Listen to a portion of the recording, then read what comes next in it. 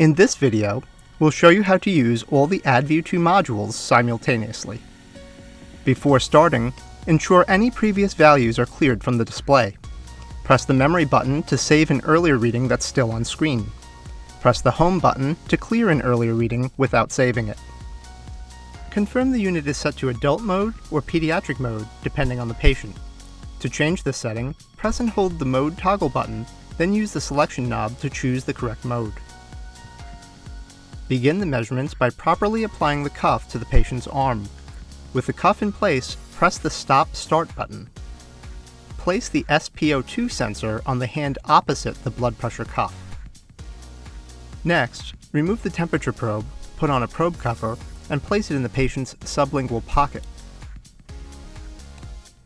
Each measurement will display when complete. All should be ready within about 30 seconds.